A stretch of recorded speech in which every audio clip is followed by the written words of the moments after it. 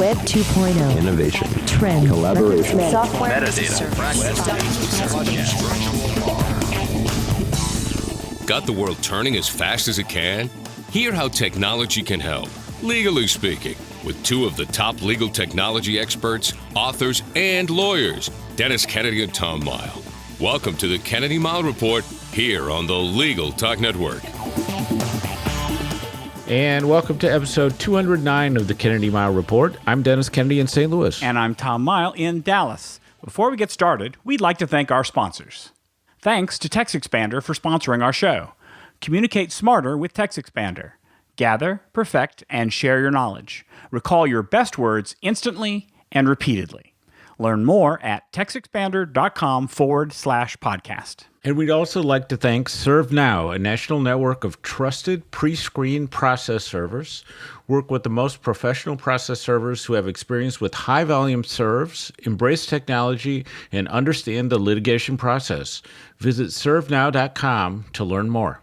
In our last episode, we discussed the idea of the daily me and the best way to get the news you want. In this episode, wait.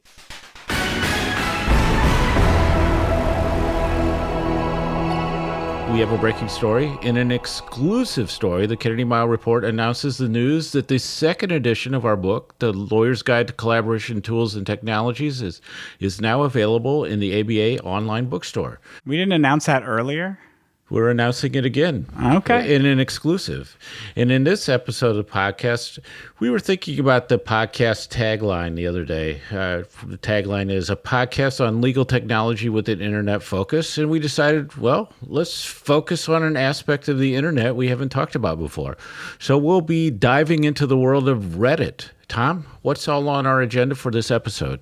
Well, Dennis, in this edition of the Kennedy Mile Report, we will indeed be discussing Reddit, which calls itself the front page of the internet.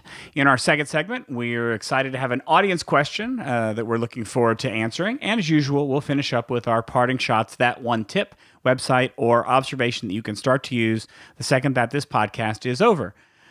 But first up, Reddit. I've been using Reddit mostly informally for the last couple of years, but I have to admit, Dennis, I was a little surprised that you wanted to talk about it. As we're going to discuss in a minute, the demographics of Reddit don't exactly match those of our audience. So I'll ask, Dennis, what got you ready to talk about Reddit? Well, I read it on Reddit.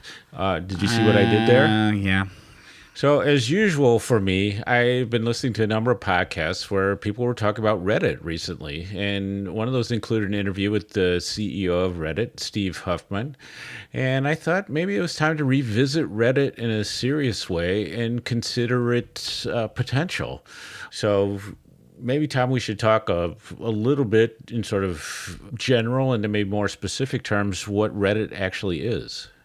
Sure. So, I mean, I think that as you kind of started to allude to, Reddit is really one of the purest examples of the old-time discussion board, which has been around on the internet for a long time. Although Reddit hasn't been around quite that long, I think it started in 2005.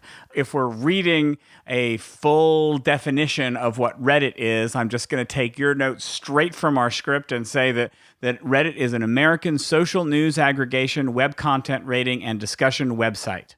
And users can submit content. They can have discussions. We're going to talk a little bit about how you have discussions and how they're different from maybe other discussion boards that are out there. I definitely think Reddit is an interesting tool to use. There's no question that Reddit has tons and tons and tons of traffic. It is a very popular, very heavily trafficked site that has lots and lots of content that's being added to it on a regular basis. I think, Dennis, what are some of the numbers when it comes to how popular Reddit is? Well, this is one of the reasons I thought we should talk about Reddit, because the numbers are really pretty amazing. So 540 million monthly visits. So it ranks as the number 4 most visited website in the U.S. and number 6 in the world, according to Alexa Internet.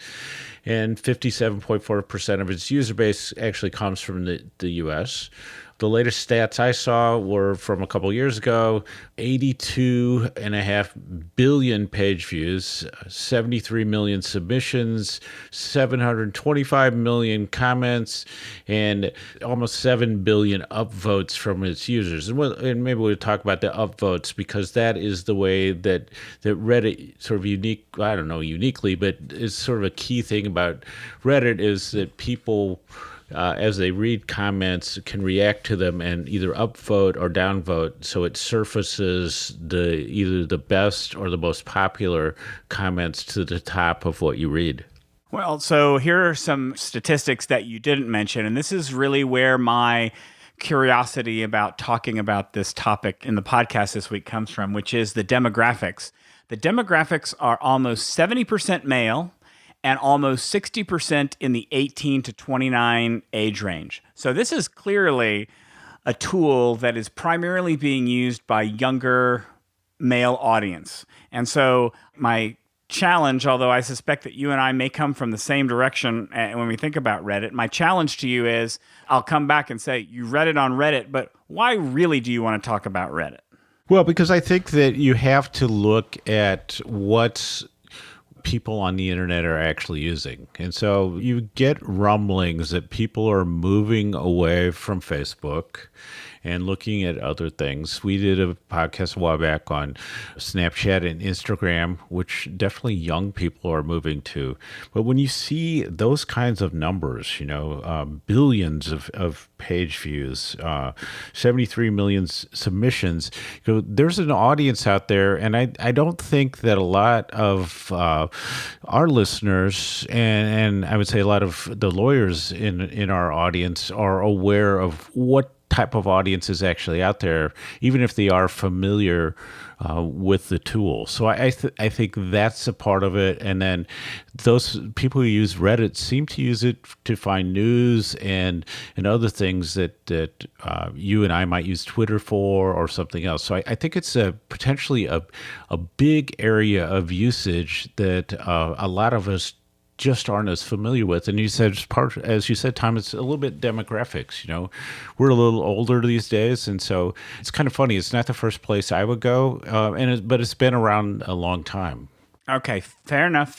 Let's talk maybe about some of the concepts of Reddit and how it works, and just kind of describe how it's put together. Because although it's a discussion board, you need to learn the terminology, you need to understand some of the features that are available. People who use Reddit, I think, are called Redditors. The discussion boards are divided into something called subreddits. So it's a /r, which gives you the types of page that you want to look for. So let's say that you're interested in looking for information on travel to Italy. There will be a subreddit on travel to Italy. There are, at last count, well over 1 million subreddits on Reddit. So that's 1 million different topics that are out there for you to go and talk about, post questions, have discussions, those types of things. As Dennis mentioned, there's upvoting. So you go and post information and people will respond to that, whether it's a question or you're posting a link to something or an image. People will comment, and then you vote up or down those comments, which helps to give you karma. So the karma is an important feature apparently on Reddit, and the more karma you have, the better, and I guess the higher regard you are kept in the Reddit community. One other popular thing that Reddit has is you may have seen on the news, the Ask Me Anything, where celebrities will go on to Reddit for a period of time and they'll do an Ask Me Anything where anybody can come on and ask any question at all in the world. And it usually leads to some really interesting conversations. And there's some celebrities who've gotten in some trouble online. There's some who were not quite as popular as they thought that they were, but Reddit is well known for that. The last thing I'll leave with is that you actually can take a bunch of subreddits. Let's say that you're interested in a bunch of topics on travel. You're traveling to Italy and you want to put the Rome subreddit with the Venice subreddit and the Milan subreddit. You can actually do something called a multi-Reddit, which is grouping a bunch of topics together into the same place. And that's another way to consume the information. So it's really kind of a powerful site in terms of consuming information. There are a lot of different features to it. It's not just going on and reading a bulletin board. There's a lot more to it than probably meets the eye. Yeah, I mean, so there is a notion of, you're a registered user. People can be anonymous. You can sort of follow different Redditors. So there are a number of things out there where you can track the stuff that you're interested in. I guess that, to me, there's a notion of there's a Reddit front page where you can kind of see what's trending, what's new, what's hot, those sorts of things, which reminded me a lot of Twitter trending, especially when I looked at it this morning when it seemed like they were both tracking about the same stories. So I see that you could use it as this sort of news trending service, and then also dig deeper into the subreddit. So today I was looking at a few things that might interest people.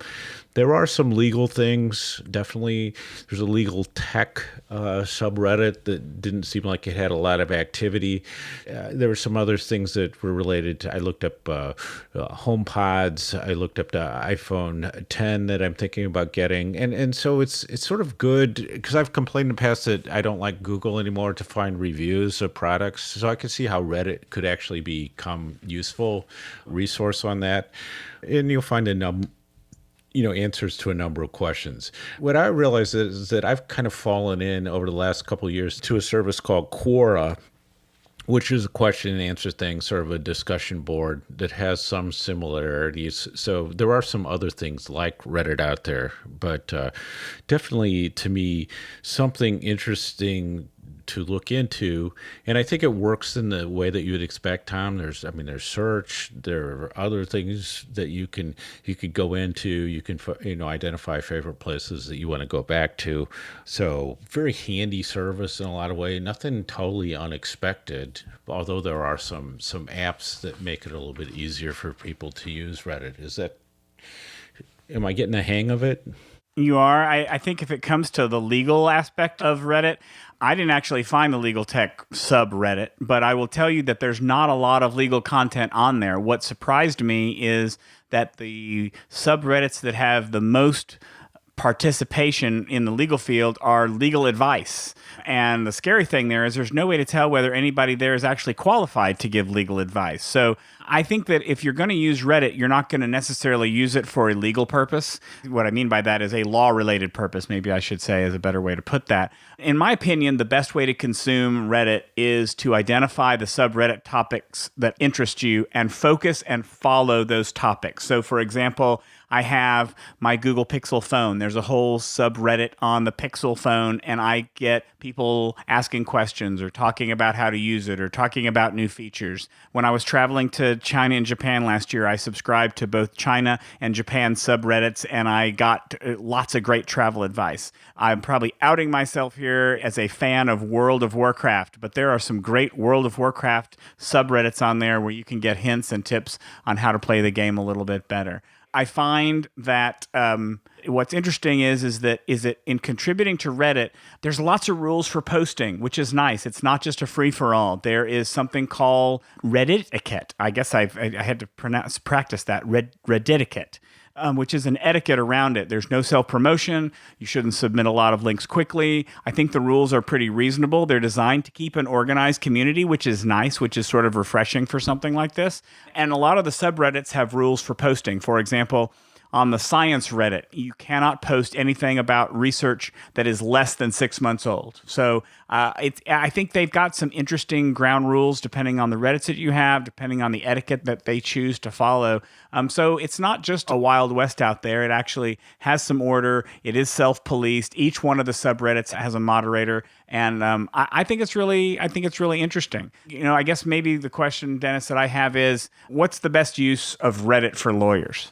Well, I think that's the question. I ask it in a different way for our listeners: are you the audience for Reddit? Because my sense when I'm in Reddit is I feel that You need to participate. So you probably need to register. You need to do some upvoting, downvoting. You need to be involved. You probably need to participate. And so that may not be your style.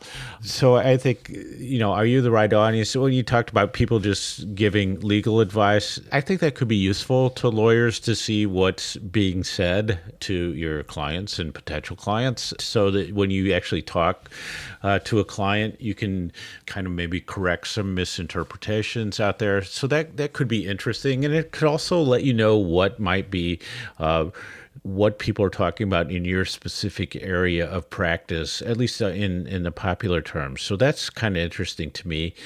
And then the other question I think lawyers need to consider is whether their audience is on Reddit. So you could find, especially in certain specialized areas or really unique areas, that this will give you an idea of who are the leaders in that area, what's going on, what are the topics of conversation, and is this a place where you might participate and find potential clients or people that you would want to work with because there is an audience for you out there. I think that, your answer, is going to vary in each case, but I think it is a big area of the internet that probably bears at least a little. I think it'd be worth your while to do a little bit of exploring there, and it could be a place that you find a home, or just something that you say, doesn't really apply to me. Your thoughts on that, Tom? Do you want to wrap it up? What do you think we'll? I've never seen a CLE on Reddit. Do you think we should start seeing those sometime soon? So the answer to that is no. That's a hard no, in my opinion. But I'll wrap it up a little bit with kind of my best practices for Reddit, which is I prefer actually using an app to consume Reddit. I think using it in the browser is sort of cumbersome. However, there are a number of Chrome extensions that can help with that. There are some things that will help make it be a lot cleaner. Because if you go to the Reddit page, you'll notice it's kind of messy. It's kind of all over the place. There are some Chrome extensions if you use the Chrome browser that can help with that. I consume Reddit on my iPad, and I really like the Narwhal app and the Apollo app. I'll put links in the show notes for that. But, whatever is the best way to consume it, it's just another resource to consume on the internet. We run the risk of talking about too many ways to consume information on the internet, and you've just got to find out, does this have content that is relevant to you, either as an attorney or just as a person trying to get information on technology or other things that are going on in your life. I honestly do not think that there's going to be a CLE on Reddit going, but I do think that Reddit is something that lawyers need to be aware of. I think it's a resource. I think it can be used for good purposes, and I think it's probably worth your while to give it a shot. Before we move on to our next segment, let's take a quick break for a message from our sponsors.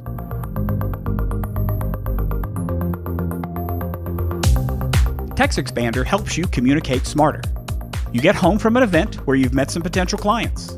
You create a TextExpander snippet with a follow-up message, use fill-in fields for the contact name and custom topic, quickly produce personalized emails to everyone by expanding and filling in your snippet, share your snippet with colleagues, and everyone gets done faster. Visit textexpander.com/podcast for 20% off your first year.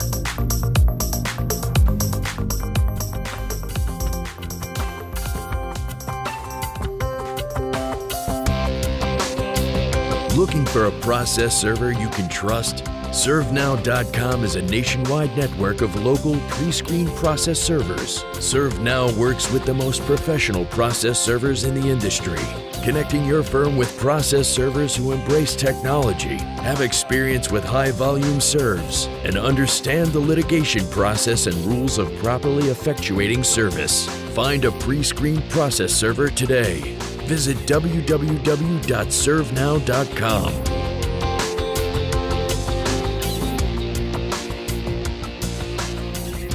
And now let's get back to the Kennedy Mile Report. I'm Tom Mile. And I'm Dennis Kennedy. We're excited to have a listener question to answer, and it's from the President-elect of the American Bar Association, Bob Carlson. Let's hear the question and let Tom start the answer. Hi, Dennis and Tom. My name's Bob Carlson. I'm the President-elect of the American Bar Association, and I'm from a small firm in Butte, Montana. The question I have, and I know that a lot of lawyers in small firms have, is with respect to technology related to how they protect their clients' secrecy. So, and the information that they have on their desktops, their portable devices, iPads, iPhones, Droids, whatever. What's the best technology that you've found for cybersecurity, for protecting the devices from outside hacking, and the tips you could give us to tell their office staff about how to best protect their devices?